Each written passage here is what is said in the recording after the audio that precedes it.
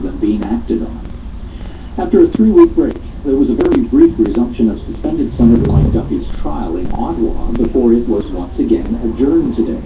In the few hours it was underway, Judge Charles Valancourt agreed with Duffy's defense that a Senate report on office and travel expenses by other senators may be used as evidence. The judge has not yet determined if a separate Senate audit on residency requirements for senators can also be used as evidence. Duffy has been charged with fraud, breach of trust, and bribery in connection with expenses he claimed as a senator. He's pleaded not guilty.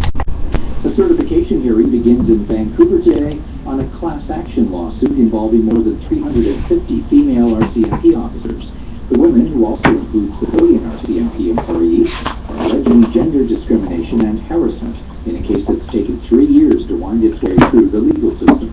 The hearing is expected to last 5 days in the BC Supreme Court. It will determine if the case can proceed. Chances are you've been barbecuing more sausages, fish, and chicken these days than beef. Statistics Canada is reporting that the average price of ground beef has climbed 41% over the past 3 years. And as Colin Butler reports, it looks like it will stay that way for another few years.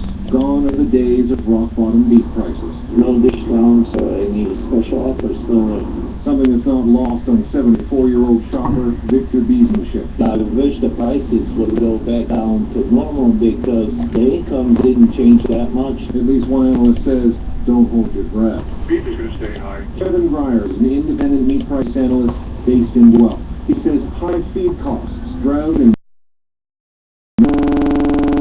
North American herds to their lowest levels in a half-century. And it will take farmers years to build them back up again. So whether you like it rare or well done, chances are the price of beef might leave you feeling you're wrong for years to come. Colin Butler, CBC News, Kitchener. One of the most controversial aspects of U.S. intelligence gathering has been shut down. As of today, the government will no longer gather bulk phone logs. Lindsay Duncombe has more on this. The practice of what in times that was first exposed by Edward Snowden has been stopped, and there are a couple other changes, and they include the fact that the FBI may not be able to get a warrant for a wiretap that would go after someone who isn't affiliated with a terrorist group, so a so-called lone wolf, or that same kind of wiretap may not be possible for different numbers if someone keeps throwing away their burner cell phones. And the reason for this is that those provisions under the Patriot Act were allowed to expire. That's Lindsay Duncombe. Now, the U.S. Senate is debating a bill that would reinstate many of the Patriot Act's provisions. Authorities in Bangladesh have laid 41 murder charges in the collapse of a garment factory 2 years ago. More than 1,100 people were killed in the collapse. Among those charged is the owner of the building and more than a dozen government officials.